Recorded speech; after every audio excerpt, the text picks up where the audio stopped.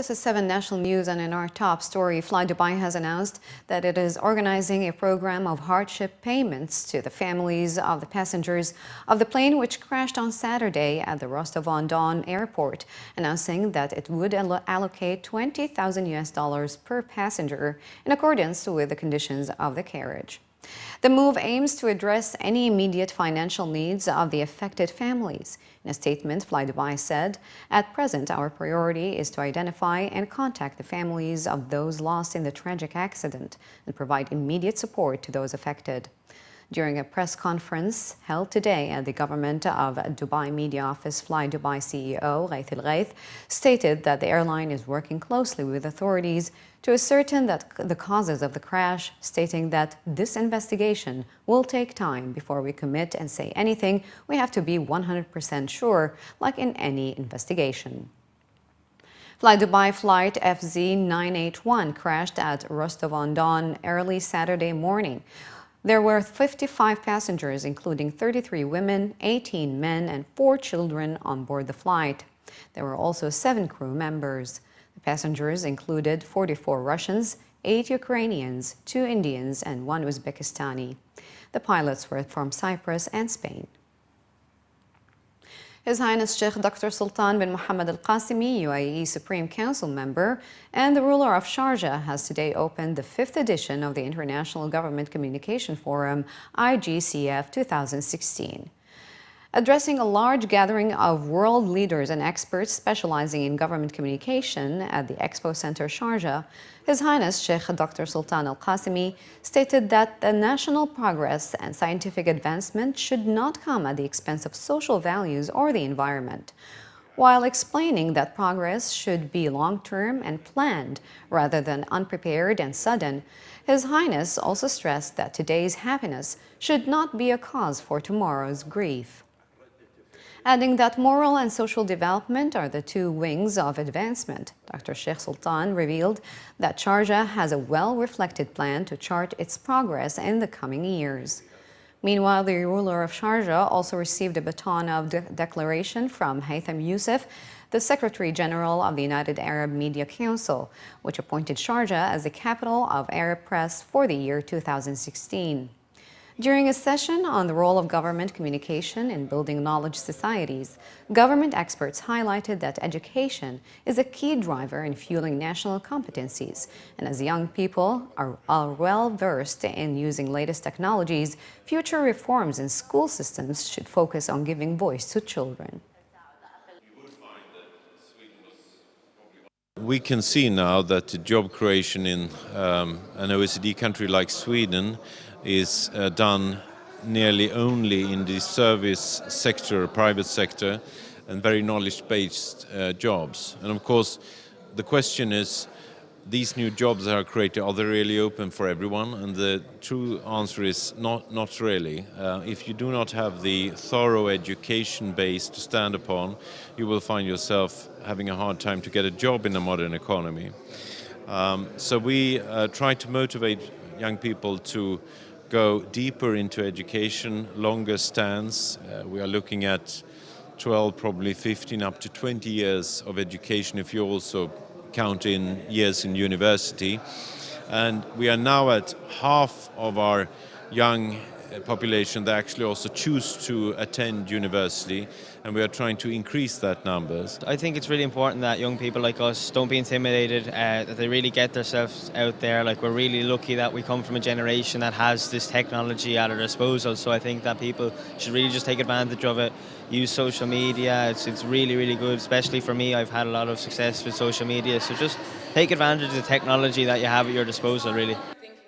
Top human rights professionals and lawyers attending the forum stated that world governments need to be more vocal, quick, and consistent, while revealing information about their human rights records, as their global image and reputation will be very much at stake. Experts attending one other session highlighted that governments need to be more proactive rather than being reactive while dealing with violent extremism in their societies, and a good political response will be offering hope and perspective to people that tomorrow will be better than today. All governments need to be far more accessible to their people than they are. And especially in the Muslim world, the extremists are presenting what I call a meta-narrative, a big story, which is based on an erroneous understanding of history, an erroneous explanation of Islam, and an erroneous manifesto for the future. What needs to be done is to convince people that the future cannot be built by turning to the past, but only by learning from the past. And the Muslim world has a huge crisis right now. Muslims are 20% of the world's population, but they account for only 10% of the world's output. Arabic is the language of 300 million people, but fewer books are published in Arabic than are published in Danish, which is the language of only 5 million people. These are issues that we need to communicate to the people and make them understand that motivation to change this reality is what will change their future, not hatred or anger. A new bridge was opened on Saturday, serving the traffic inbound from Al Athar Road, heading towards Al Hadiqa Road above Al Wasl Road. The ramp is designed to ease traffic flows coming from Jumeirah Road and Al Athar Road in the direction of Al Hadiqa Road and Sheikh Zayed Road. The RTA will maintain the same number of existing lanes on Al Wasl Road in both directions, with a slight repositioning of the light signal to enable the contractor to complete works relating to the Dubai Water Canal project. The RTA in local reports stated that work is progressing according to schedule, with the initial phase, which includes the construction of a bridge on the Sheikh Zayed Road, completing construction works early January. According to authorities, the bridge on Al Wasl Road is 90% finished and is expected to be completed by the end of May. Dubai police have revealed that more than 15,000 speeding tickets were issued on each day of the storms that racked the UAE 2 weeks ago. The country suffered heavy rainfall between the 8th to the 10th of March, which were recorded as the wettest days of the year. According to reports, while traffic was brought to a standstill in many areas due to flooding on the roads, police stated that they issued a worrying number of tickets to reckless and speeding drivers. Dubai police recorded a total of 44,526 speeding offences over the 3 days, which is 3 times the daily average. There were 14,842 speeding tickets per day recorded by radars, compared to the average of 5,524 speeding tickets per day. Meanwhile, the UAE's National Center of Meteorology and Seismology has urged drivers to reduce speed and leave enough distance between vehicles, as strong northeasterly winds are expected to blow up dust this week. All for Down Syndrome, the UAE-based voluntary group, held an awareness walk at Zabid Park to celebrate the 11th anniversary of the World Down Syndrome Day, bringing together 1,000 people from all walks of life. World Down Syndrome Day is a UN Global Awareness Day observed on the 21st of March. The date of the 21st of March is significant, as the 21st day of the 3rd month signifies the uniqueness of the triplication of the 21st chromosome, which causes Down syndrome. The day brings together people to build awareness and inclusivity by hearing the voices of those with Down syndrome across the world. This year's Rocking My Extra Chromosome walk in Dubai was a fun-filled event for everyone who attended. According to the organizers, the annual event is an opportunity for people who work with Down syndrome, teachers, carers, medical staff, and families to connect and remind the community that it is something that is present and that the numbers of children with Down syndrome are increasing. The incidence of Down syndromes among Emiratis in Dubai is 1 in every 320 births, which is higher than the world average of 1 in every 800 to 1,000 births, according to data released by the Center of Arab Genomic Studies in 2013. We've been running for 17 years, and this is the 10th World Down Syndrome Walk.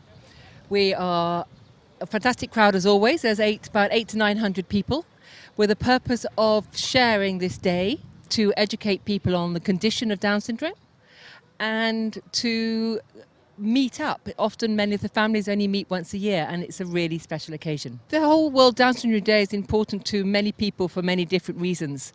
in my personal situation, it's a case of meeting other families and professionals who are connected with Down syndrome. In other cases, it's people who might have a relative living in another part of the world.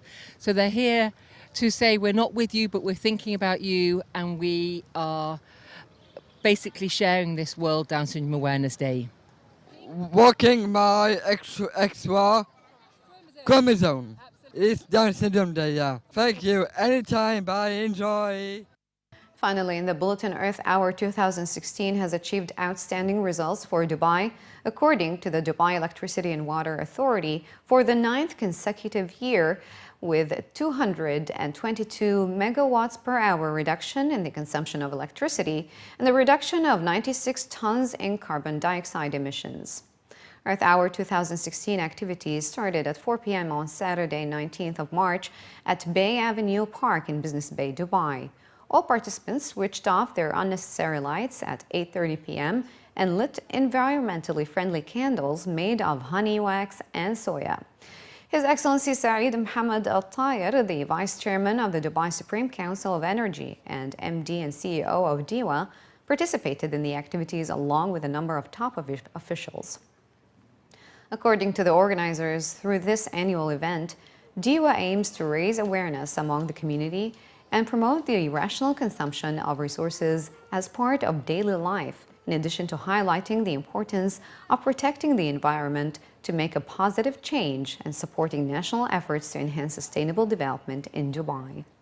The event this year included a host of family and entertainment activities in which government organizations, private companies, universities, schools, and individuals took part.